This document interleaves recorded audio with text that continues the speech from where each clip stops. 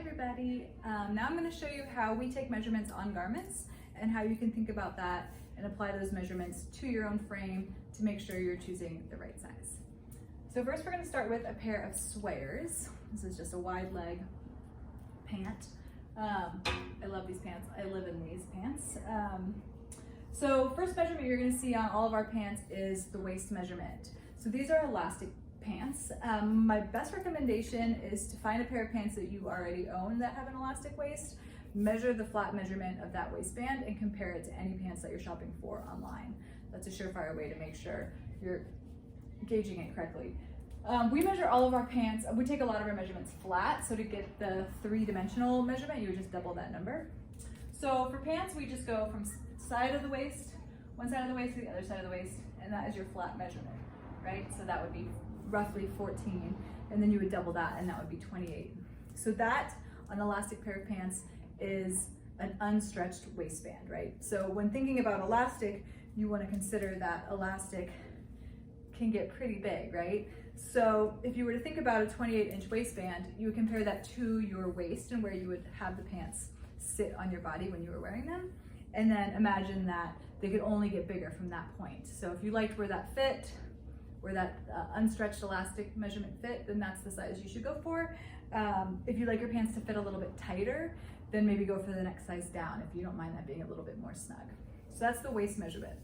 Length is similar to how we would measure a dress. We would just start at the very top of the garment and then go straight down to the hem of the garment. So that's 38 inches. That can be a tricky measurement to see on yourself because the minute you bend down, it's moving, right? And the line on the measuring tape is sloping down with you. So in the last video I said, put a clothespin on the number, the length number, and then stand upright in a full length mirror and see where that clothespin's hitting you, and then that it will be exactly where the pants will fall on you. And from there you can decide if you wanna get a shorter version or go with the regular version that we offer. So that's length. The trickiest measurement on a pair of pants, and probably the one that least amount of people have heard of before, is the rise measurement. This is going to show you how much room there is in sort of the butt and the crotch area, which is really important. We want everyone to be super comfortable and sitting and being really active in their pants. So pay attention to this measurement. On a garment, the way that we calculate this measurement,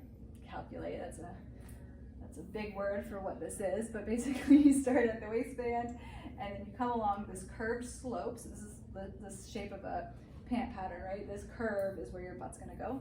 And you're just gonna measure that slope on a pair of pants, right? So that's your rise measurement. So this pair, which is bigger than the size that I would get, but let's just say it's 20 inches. My personal rise on my actual body is 14 inches, right? So if the pants are 20 and I'm 14, that gives a difference of 6 inches.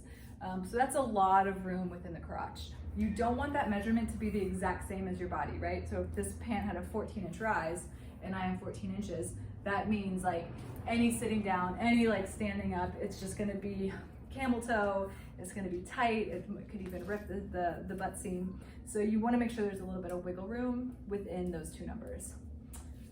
So that's rise. Okay, next, on a dress, most important measurements on a dress are length, to make sure it's not gonna be too long or too short, or it's gonna hit where you want it to hit. So for length, we just start at the shoulder seam and we measure straight down to the very bottom of the dress, right? And again, you can put the clothespin on the measuring tape and stand in the mirror and see where that's gonna hit you. And then the next important measurement is the width of the dress. This is gonna show you how much room there is in the actual torso of the dress. So for that, we just go from side seam to side seam. Usually it's right under like the arm seam, so usually it's right along in the bust range. The dress that I have grabbed has crazy big, wide open armholes, almost like a smock arm. So the width in this case is going to be 39 inches flat. So that's just seam to seam. If you wanted to, for instance, on a dress, 22 inches is usually a side seam on a dress in the size that I would buy. So to double that to figure out what a dress would be, I would just double that, so it'd be 44 inches, and then you could kind of slip that on and imagine what that's gonna feel like when it's on you, right? And how much moving room you'll have. Sometimes for a dress, we'll also measure the neck opening, so that's just measuring around the circumference of this neck opening. And then again, you can just place a measuring tape on you and see, is that gonna be too wide for your shoulders? Is it gonna show your bra straps, etc. And also you can pay attention if we list an armhole opening, same thing. You can just sort of model that on your body and see how that feels for you personally. Overalls are very similar to a dress. Length would just be shoulder down to hem, and then width would just be side seam to side seam. So this one is 22. And then armhole, again, you could just see if that is where you would want that to hit. And if you had a bra on, how much bra would that show? Is that scooping down too low to show underwear, etc.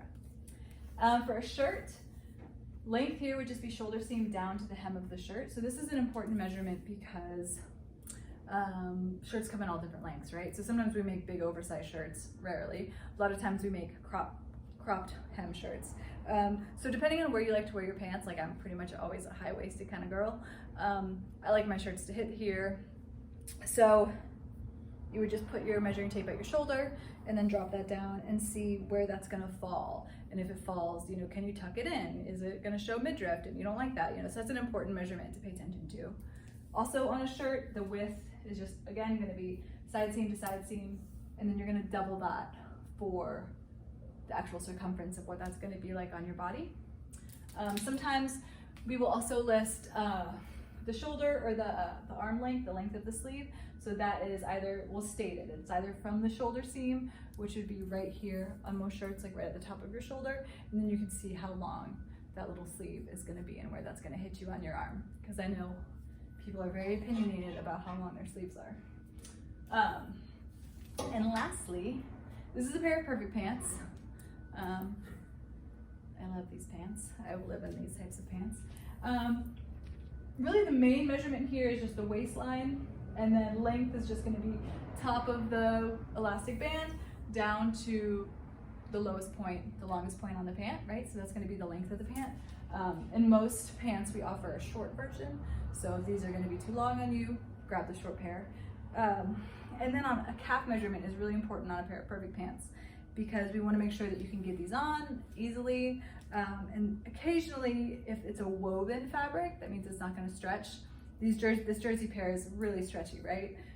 But if this was out of a woven fabric, you'd really wanna make sure that this calf opening, we would just take the flat diameter of that leg opening, double that, that's the circumference of the pants, and then compare that to the measurement around your own calf to make sure that that's gonna give you enough room to get your leg in and out of those pants with no problems.